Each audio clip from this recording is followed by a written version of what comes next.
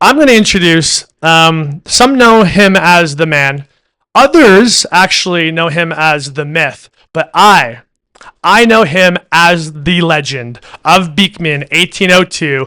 Please give it up for Mr. Legend David Baker. Come on. Yeah. Look at them damn pants, right? Hell yeah. Okay, so here's another thing. One, I was raised by like 40 different women, it seems like, with the personalities of my family, because my mom's super strong, so is my sister. So women have been very, very influential in my life, and hearing the stories of these next two speakers it makes me a little emotional, and I'm really, really excited about it. So before I introduce these folks, I want to ask one question: Is why are women so in shape? Uh-oh, where's this gonna go? Where's this gonna go? Because they run the world. Amen. Amen. Okay, introducing legends. AG1 in Evolve. Leela Francis. AG1, give it up for her. Come on. Is that whatever you want? And Becca McCarthy, OG New York Willpower, supporter from Evolve. Let's go. All right, that's a lot of me yelling. Thank you for tolerating me going through this. But I'm really excited about this conversation. How we're going to structure it is as follows. We're going to go through 3 different arcs.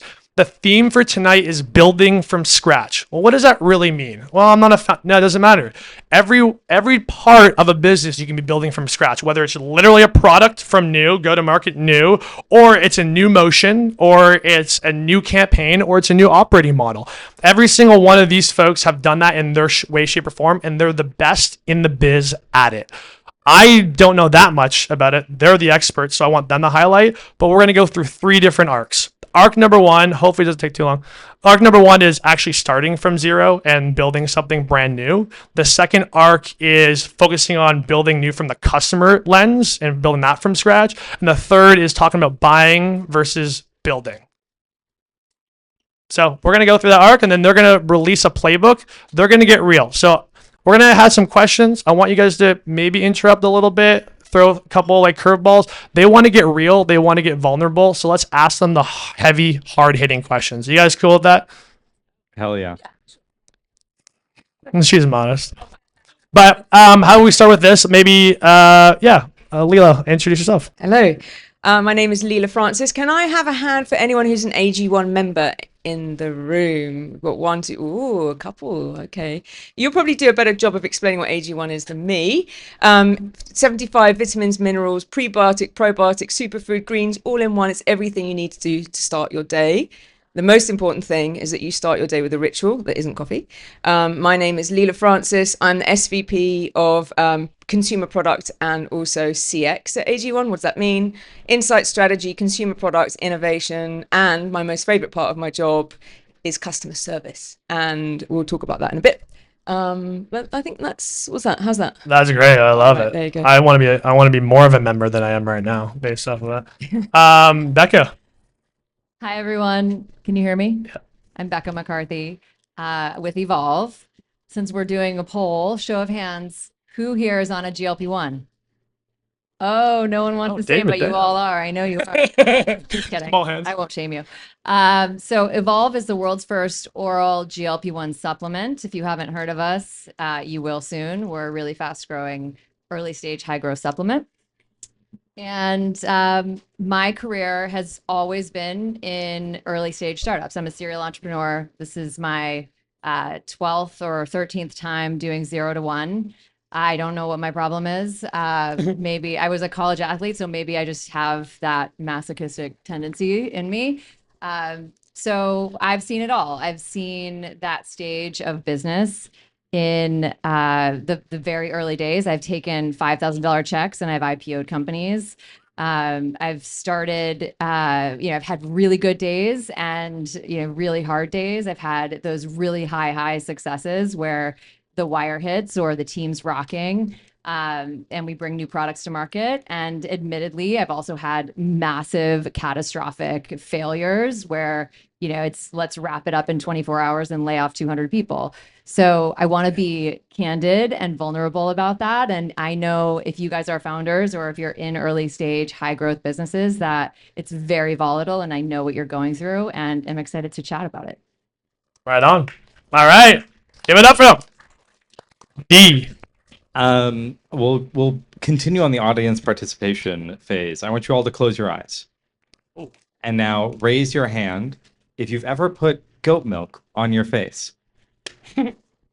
Now, what if I told you goat milk has 34 active nutrients, vitamins, and minerals in it, and is as amazing as that feedback loop? You can open your eyes. There, I saw 2 people in the room who have experienced the amazing power of goat milk. But Beekman 1802 is founded with 2 key ingredients, goat milk and kindness, because we believe that both of those ingredients help make your skin radiate better, both from the outside as well as the inside. I have been with Beekman for about 4 years. I am our Chief Revenue Officer. I oversee omni-channel sales, starting out as our Chief Digital Officer, and I've grown over the last 4 years there. And I'm also stepping out to become a founder. So I'm going to be picking your brain on 0 to 1. And who was it? Hot Specs. So Hell yeah. Let's go. All right. Let's get it up for them. Come on. Come on. Yeah.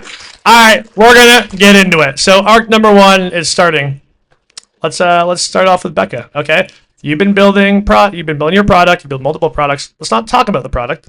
Let's talk about the first system that you had to build as an entrepreneur and expect. Maybe it's not in Evolve, maybe it is, but how did you go about doing that, and how did you make that decision? Mm-hmm. I think when you launch a new business or product, you have to be obsessive about your customer from the beginning. And obviously that sounds trite, and you all know that, but that translates to my answer, which is distribution. Know your distribution before anything else. Set up your distribution strategy. Know the plan. Is it, are you retail, D2C, B2B2C, B2B? How are you getting in front of that customer? And how does that customer, on a very minute detail level, interacting with and transacting with you? Knowing that from the beginning, we set that up, and we knew that at a granular detail before the product was even done being made. It's so important, because I've done it the wrong way too. I've built a product and said, if I build it, they will come, and people are going to be as obsessed with this product as I am, and they're going to love it as much as I do. But at the end of the day, you have to get it in front of them. You have to fish where the fish are. So understanding how and where they're going to interact, even if it's e-com, knowing how they're getting through to 2 clicks, 3 clicks, etc. I love that, because there's a couple crazy stats right now with you in building, right? You launched when? Yes. Yeah, we launched 8 months ago. And so we're in a space that's hot. So I'll give us that, right? Yeah. We launched in GLP-1. We are the world's only GLP-1 receptor agonist. So in the space of GLP-1, without spending all the time on that, there's really 2 categories of products. There's GLP-1 receptor agonists, products that interact directly with your GLP-1 receptors in the body in the same way that your own GLP-1 hormone does. And then there's literally everything else. And we are in that first category of products that actually mimic your GLP-1 pathway in the body. We're a biotech company that pretends to be a consumer brand. We're actually a bunch of scientists and biotech engineers, molecular biologists that designed a novel peptide and patented the platform in order to bring that to market. We're as valuable as the pharmaceuticals. We're as innovative and as amazing as them. We're just taking a different route to market to make sure that we do right by our vision, which is access. We want to give healthy people access to GLP-1 technology, not sick people. And what's your run rate you're getting at? I don't know if I can share. It's public. It's public. It is. No, we have explosive growth. So month over month, we're growing at a rate of about 40%. We're already on track to do nearly 100 million in our first year. Let's give it up. Come on. Do you know what? There's a lot going, but the first system that she said that she wanted to build or should have built was distribution, and that's probably a big reason why that was as successful as a launch. Yeah, you have to have a plan. You can't be nonchalant about it and try to. It's not like build the product and figure it out later. Amen. All right, Leela. All right, let's go. Let's get into it. All right. All right. So obviously, AG1 has been around for a bit, for a 14 hot minute. 14 Growth years. marketing, 14 years, performance marketing, influencers, all that kind of stuff. Where did you build from scratch when you came in? Yeah. And you are, I mean, you're probably the best in the biz when it comes to CX. You're the CX godmother, aren't you? Yes. Yes, you are. So how did you build the CX experience from scratch when you joined AG1? Well, actually, I'll take a step back. So when I started at AG1, I had 4 or 5 departments. And the first question I asked was, what do you know about your customer? Let me see your segmentation. It was one of the ugliest segmentations I've ever seen. This was my job in the UK. I worked for Sainsbury's. I ran their insights and commercialized insights for all my career. Behavior change is my thing, my jam, insights is my jam. Show me your segmentation. It was one segment. It was called health and wellness, and it was based on attitudes. A segmentation is based on needs, beliefs, behaviors, and attitudes. And attitude towards health and wellness doesn't actually change that much. And you can't really measure it. So that was the first thing. We developed our very, very deep segmentation. And actually, I took a look at the insights team. One lady I met day one, I said, what do you do in an average day? She said, well, actually, I don't have much work and I'm an F45 fitness instructor in my day. I was like, what did you say? And so we went that's where I started at AG1. We didn't have an insights department. I will say now it's the one thing that I am most proud of in my career is everyone in my business, they know our customer so well, they could buy that customer a birthday present and get it right first time. Like, that's how well we know our customer. Like, we know their drivers, you know what makes them happy, we know what they do in their spare time. And if you don't know that about your customer, forget your CX plan.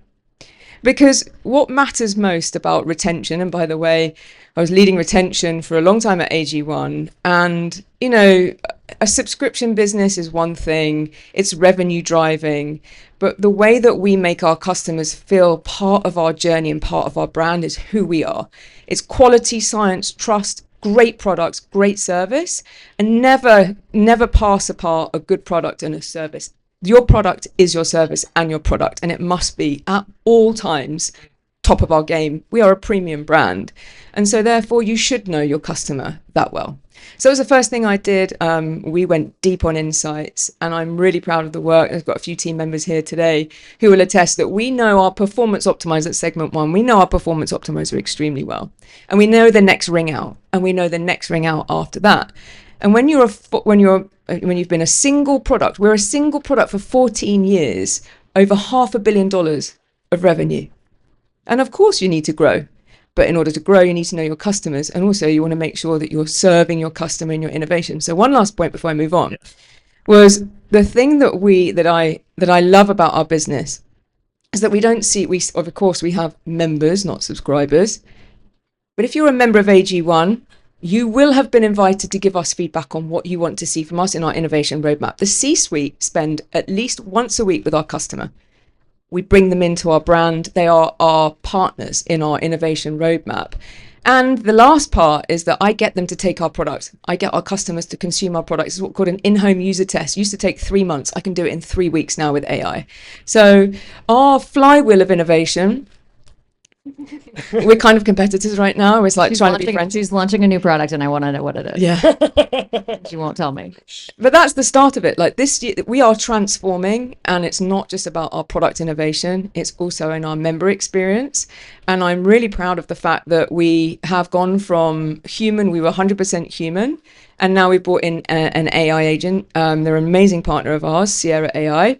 And the important piece here is that you can have like frequently asked questions, just AI it. But if you buy a new product from us, day 4 after you've bought from us, we will reach out to you. What did you think? Give us feedback. That's actually me. It's not an AI agent. It's us. And it's Kat Cole, our CEO. You will get an email from Kat Cole, our CEO. She reads every single email from our customer.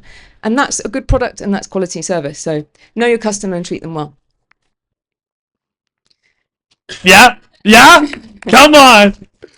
That's like, I get so nerdy on that. That's one of my favorite favorite parts of business is the whole CX journey and the CX experience, because people will never forget how you made them feel at every single point. And I honestly, when she says they know people's birthdays and how to get it right, I was like, you know what? I've been using AG1. I'm like, I don't know, like I just need to focus on my sleep. I feel like the immediate next day there was a brand new product, AGZ, that launched. I wanted it immediately. I was like, how did you know that? So, I mean, obviously that's anecdotally, but you guys have been really, really crushing it. The best days start with a good night's sleep, right? So, and we're a morning person brand, so it made a natural step for us to think about that as day parts. And that's why no alcohol here tonight, guys. No alcohol. We got creatine. We got some prebiotic. All right. David, over to you, brother. All right, Beekman, 1802, been around for quite some time. You're chief digital officer, did a lot of digital stuff. Now you're revenue. What were you building from scratch? Yeah. I don't know what's going on with the feedback. I'm going to stand up and walk over here. Oh, okay. Because I think it's my mic and that speaker. Maybe you can sell my lap. No? Here, just turn that one off and use Becca's. Oh, I'll turn mine off. Maybe that's it. Oh, yeah. I think, let's see how this goes. Yeah, it's this mic and that one. Yeah, but this one is in particular is bad. But sorry, go ahead. You've been a Beekman for quite some time. It's been around for quite some time. So obviously Beekman hasn't started from scratch recently. When you came in, when you went from CDO, now CRO, like what were you building from scratch from a process standpoint? Yeah, I think for me, the building from scratch was building team from scratch. I think when I started, we had been recently acquired by a private equity group, and a lot of that was change management of the digital team and bringing in the right team, process, tools, technology, everything. And I think the first 6-9 months was just no sleep. I probably could have used AGZ and AG1, but it was very much do everything everywhere all at once in the building. That was rebuilding the site. How is this? Can you hear me in the back? Okay. Thank you, AV team. But it was everything building from scratch, from replatforming our site, rebuilding our tech stack from an SMS perspective, our CX, everything, and the team. And then once we finally got to a good spot on D2C, it was then, okay, let's turn into Amazon. Let's turn that on and bring that in-house to grow that from, we had a reseller business that was doing maybe $100,000, $200,000 a year. And now Amazon is our number 2 channel as a business. And that's in 2.5 years. And then the next one was TikTok Shop. We saw this shiny object in 2023, and it was, how do we chase that?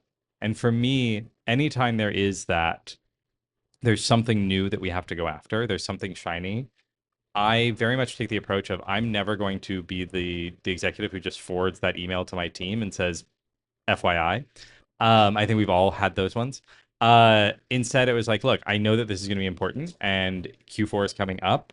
So team, you guys are driving on Q4. Take that stuff up in leadership. I'm going to go nights and weekends, build the P pages, actually go through the passport signature thing of getting a TikTok shop set up, learning and figuring out that platform. And even now to this day, my team, when they get stuck on something on TikTok shop's platform, they come to me because I was in the weeds building it.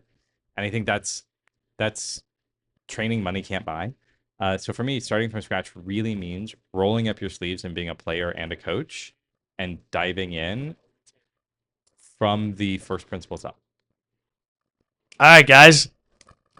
I was going to go this, but yeah, we're clapping. Yeah, we're clapping. All right, arc number 2, we're going to focus on the customer. All right, Lee, let's dive in a little bit. Let's unpack. Let's unroll the onion a little bit. All right, so you talked about the member, the daily rituals, that you contact someone within 4 days and you try to understand it. Can we deep dive, like, what does it really mean or look like to acquire a customer for the first time? Because I think probably within the first 100 million, it was all just like acquire at all cost. Now you're doing some deep intentional effort, right? Like you said with membership, like the membership insights. What does it look like the process of acquiring a new customer now? So I'll talk to you about understanding a high LTV customer, what they look like, and the work that I do. So I'm insights and strategy, and so my internal customers are the growth team. And we have an epic growth team at AG1, phenomenal work. And, we've spent, we are the brand that that created, I think, this world. And to sustain that growth, again, laser sharp focus on what is your product, what does it do, why should I believe in you? And the one thing that I know that we will never, ever, if you think about it as a glass ball, there's some things as a glass ball, you cannot let those things drop. Oh, you have rubber balls, you know, there are some things that you're, but the glass ball of my industry is, and we're, you know, in VMS, is transparency, trust, quality, and science. And those are the things that we will never, ever take our foot off the gas. It's what sustained us for 14 years. We have an incredible science team at AG1. And so turning that into your strategy, where you know that's your core heartland, and making sure that the persona that you're speaking to, you're extremely clear. Who are they? What do they want? What are their needs, beliefs, as I said earlier, attitudes, behaviors. And so I arm our team with deep insights on, say, this thing, not everything. When you're a product and you're 75 vitamins, minerals, all the things, you know, you can't be all the things for everyone. And so focus on that one benefit that is going to resonate with that customer. And once they come in, day one, it hands over to me because I'm customer service, right? Day one. Today we had 243 customers who had reached out about something. We won't just say, hey, we're going to fulfill your order. We manually go in and make sure that we did what we said we were going to do. So firstly, it's know your customer, be in the right place with the right message, of course, all that, you know, standard jazz. But then I'm arming our team with, hey, it looks like we've got some work to do with women age 45. We call her Rebecca Stone. Where is Rebecca Stone? What does she think about right now? The context of our consumer world right now, what's on Rebecca's mind? And I'll tell it like a story to our growth team. So they're very clear on the story that needs to be told, and they're very, very clear on the hierarchy of messaging. And we call that pathways. Pathways is a way that you can understand what builds trust. So there are many things in our category that build trust, many things that erode trust. And the pathway work can be value-led, benefit-led, or science-led. And it depends on like where you're going to go and what you're launching on your product roadmap. But you have to be very clear on the nodes. I call them nodes. Imagine like a pathway, and there are nodes that lead to, and they're all sometimes in equal importance, and they lead to trust. So wherever you're acquiring customer, they must trust you as a brand. And that's trust in like, what do you taste like? What do you do? Do I believe in the benefits? Have you got clinical proof? Clinically studied, clinical proof, clinical like proven benefits. Absolutely critical in our category. So I think that's like the most important thing to get right, is just stay true to who you are. It's very exciting to get distracted in our category. Lots of opportunity for growth. Like stay true to who you are. Be clear on your target audience, of course. But then it hands over to me. That's when the hard work really starts. You know, keeping a customer is not easy in this world. And there are certain customer types. If you're a founder, this is the first thing I would do. Understand the barriers to consumption. So I know there are certain people in this room who are probably called performance optimizers, or who are very likely to build a habit. You wake up every day, you do the same thing, you find it quite easy to like maintain a habit. You're like top 2% of the country. And I can find you. I know where you are. I know what you do. But the most of us actually, you know, we might slip a day here or there. And I love those people because I've spent 20 years thinking about behavior change. And those people need a bit of help. So your onboarding day one looks different. Very different for those people.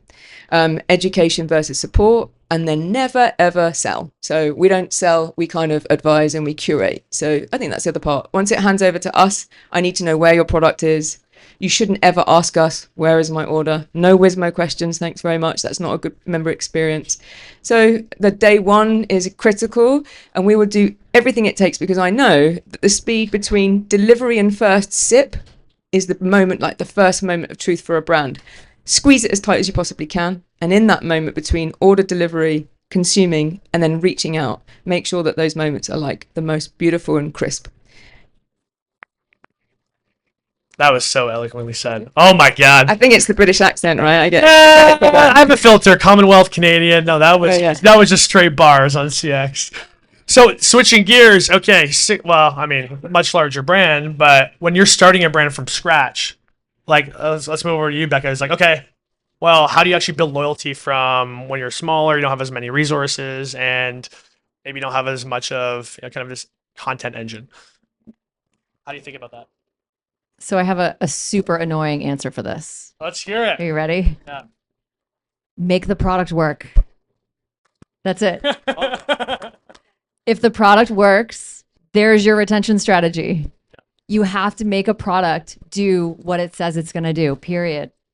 And then retention is small problems. Amen. All right. Word. Short and sweet. Word. David, let's talk about retention and customer experience. How do you guys think about that across all channels? Because that's been a big focus for you guys. Yeah, so we're an omni-channel brand. We are in Ulta, Target, QVC, HSN, TikTok Shop, Amazon, D2C, LaGuardia, and about 1,400 small independent boutiques. So for us, really understanding that consumer journey is impossible. And I think anyone who tells you otherwise is selling something. But for us, it is about how we really cultivate that experience once the product's delivered. I firmly agree. No CX can save a bad product experience. But for us, we really live by a principle of do better than best. And for us, that means anytime someone on the team, regardless of where in the supply chain that falls, has a customer-facing issue, we want to make certain that we're making it right and better than right. It's not just, okay, cool, this package got lost, like we'll send you another one. There's always something else on top of that. And a good example of that, we had an advent calendar we sent out to our most loyal customers, early access, like you get it at this amazing price and go. And then sales were slower. And we decided to boost sales by adding in like this beautiful ornament as a gift with purchase if you bought the advent calendar. And everyone who bought it early went, where the hell is my ornament? And no one thought through, oh, what does that mean? And how do we make that right? And not everyone said. We probably had about, we'll call it probably about 5,000 advent calendars that had sold up to that point. We probably had about 100 people reach out. We knew that underneath that was probably about another 800 people who just weren't going to complain out loud to us, but they would complain everywhere else. So how do we make that right?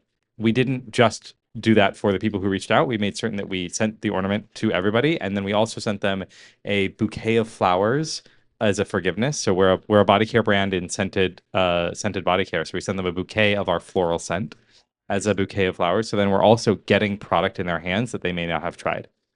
Also was a great way to run down excess and obsolete inventory. But it's something where when we can provide that surprise delight moment and do better than they would have expected, for us, you have members, we don't have customers, we have neighbors. We really believe in that neighborhood mindset we believe we built this brand neighbor by neighbor by neighbor by neighbor. And it's such a word of mouth brand that those are the moments that really allow for that warm feeling to be able to talk and share about that brand. Yeah, come on.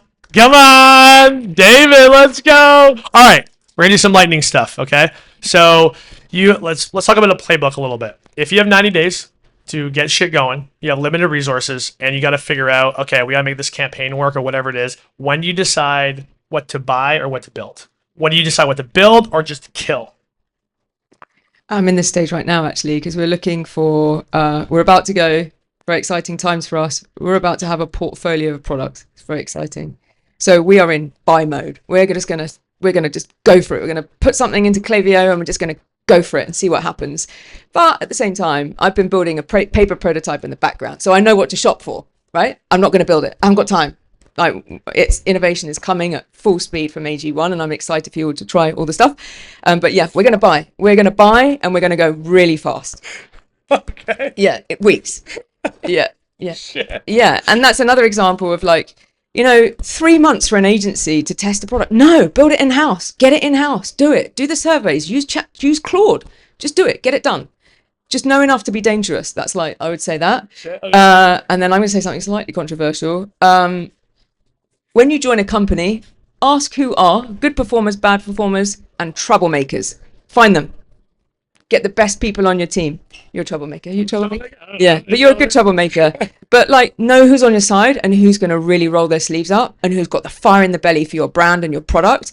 And you know what? Look for athletes. I always look for athletes when I'm hiring people. So people who can just take feedback and get on with it. So. Fuck yeah. All right, let's go.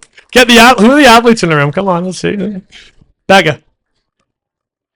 What's the question? What do you if you have like a playbook that you're going to launch in like 20 days Yeah. to whatever it is, whether it's building a new campaign, you have like customer acquisition cost pressures. Yep. What do you decide what you buy or what you kill? Okay, so I would focus exclusively on profitability. That is freedom. So as you're going and you have CAC pressure, your saving grace is always going to be cash. Preserve cash, and this obviously comes from my stage. I'm thinking about all aspects of the business. If I'm one of 3 employees and co-founders, we're not going to make it if we don't have enough runway to survive the runway. So that's really the focus. I would say profitability at all costs. If that means you have to go slower, do it. If that means you don't overspend in CPA and it's not just put money in the meta machine and hope for the best, then don't do that.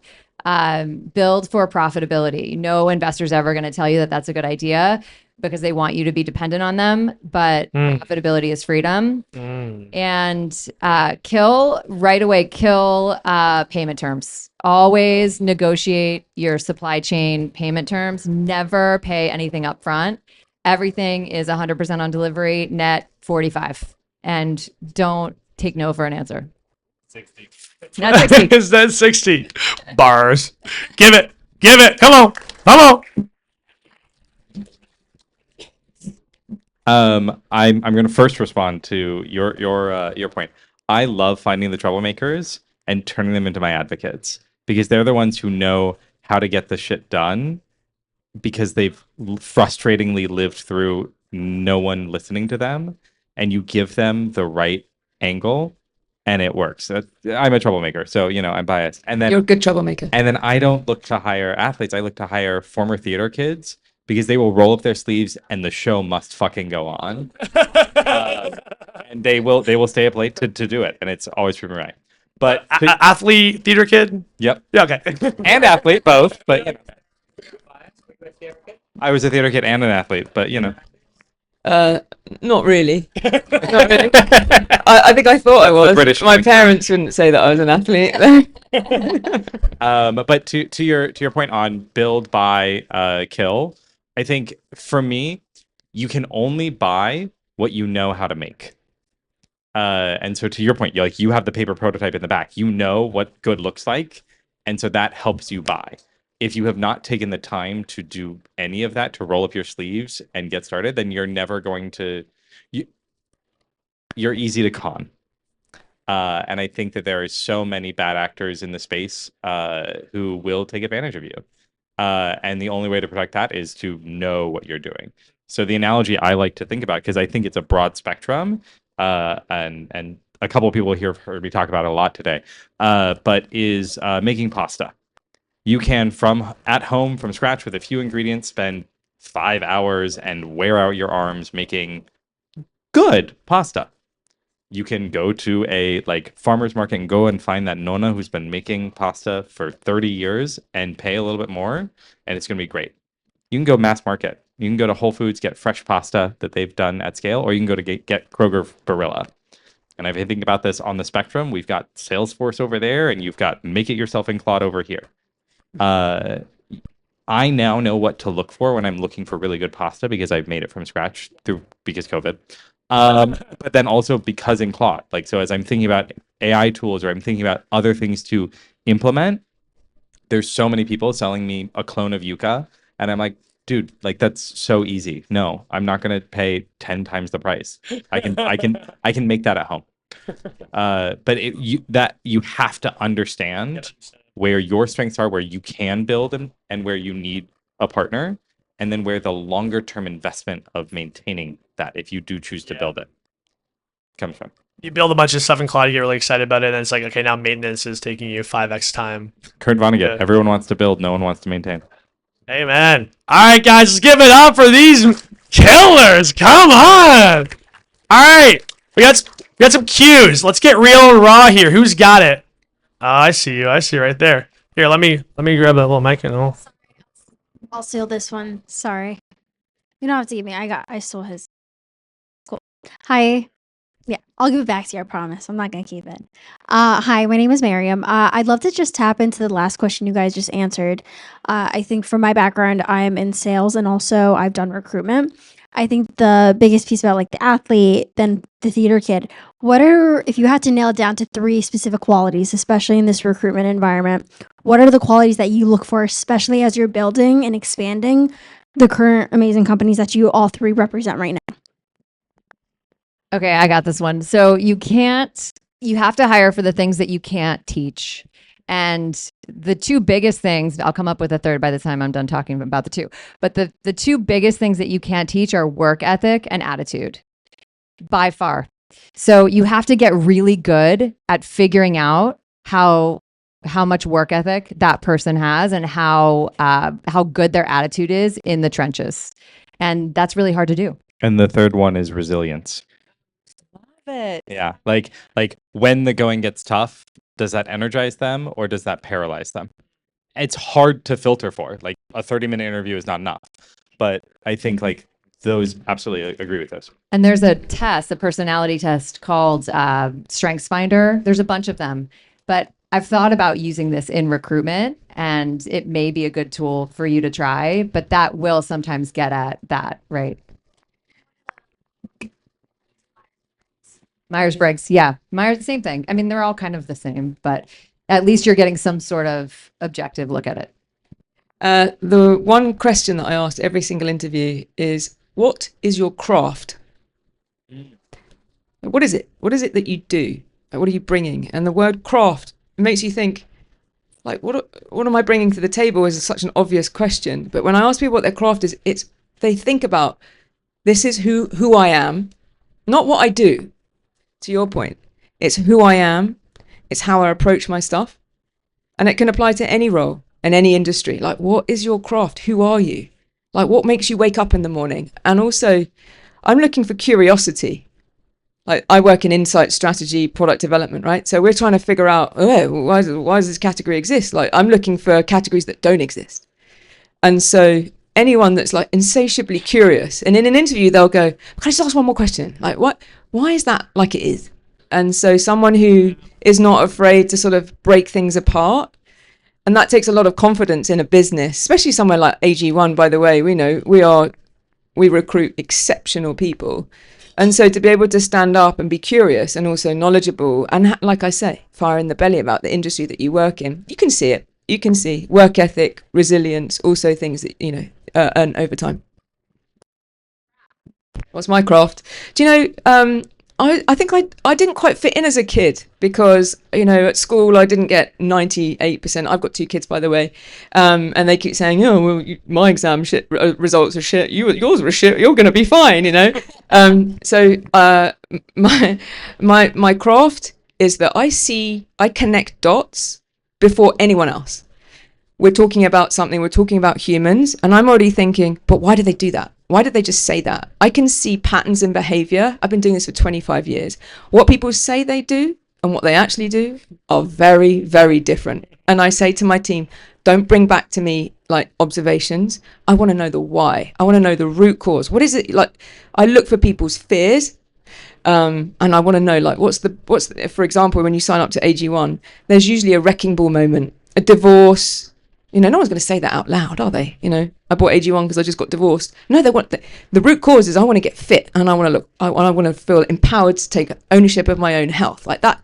Get down into that stuff. So that's my craft. I can see that pretty quickly. Tell us. What?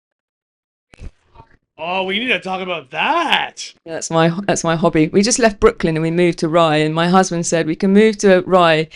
You can race your cars, but I've only actually done a few racing traps. Yeah, I built cars as a kid, raced on Silverstone, Formula Ford, Formula 4, all that stuff. Yeah, anyone here is into cars, come chat. Fuck. Thank you. Great panel.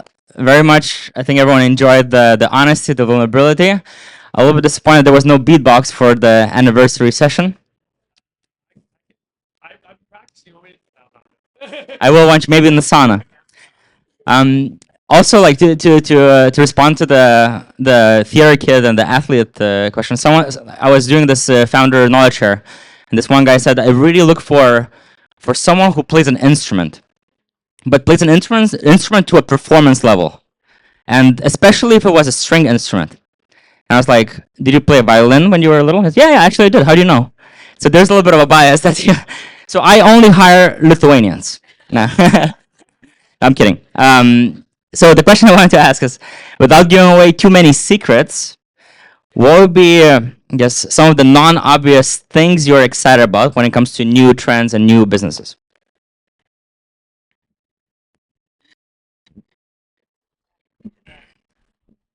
For me, I think it's both obvious and non-obvious to me. I think there is such. I truly Maybe this mic's better. I truly believe. There we go. I just have to project like a theater kid. I truly believe that just like we had a revolution in consumer around D2C with digitally native brands and Andy Dunn and Bonobos back 20 years ago. I think that the companies that are starting right now from the ground up, putting every single speck of context into an AI agentic platform, are going to have a revolutionary difference than the companies that started 7 months ago, let alone 7 years ago, who are going to be spending their time catching up and fixing process debt.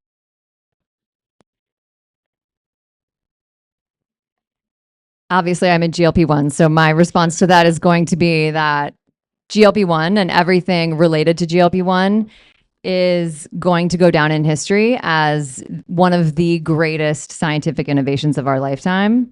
And everyone should be doing everything they can to be some sort of part of that. Peptides as an extension of that, peptide innovation, oral bioavailability, all of it. What was the question? Oh, yeah.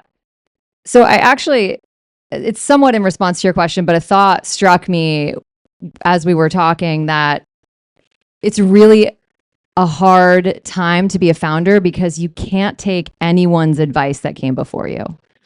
You literally should take 0 people's advice.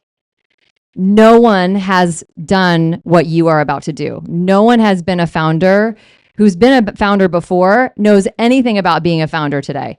So you need a tight community of founder friends that you can text and call and bounce ideas off of that are building right now in the AI era. And that's it. Don't listen to anybody else. Not even us. Not in ChatGPT. Lila? Well, when we're looking for signals of where to go next, and you're, just over $500 million, your next move is like really important. And one thing that we will, as I said earlier, the glass ball is like maintaining your science rigor, etc. So we will continue to make sure that every single product and every innovation that we launch holds on to the core heartland of who we are as a brand. And that's a really obvious thing to say, but you can get very distracted in this world.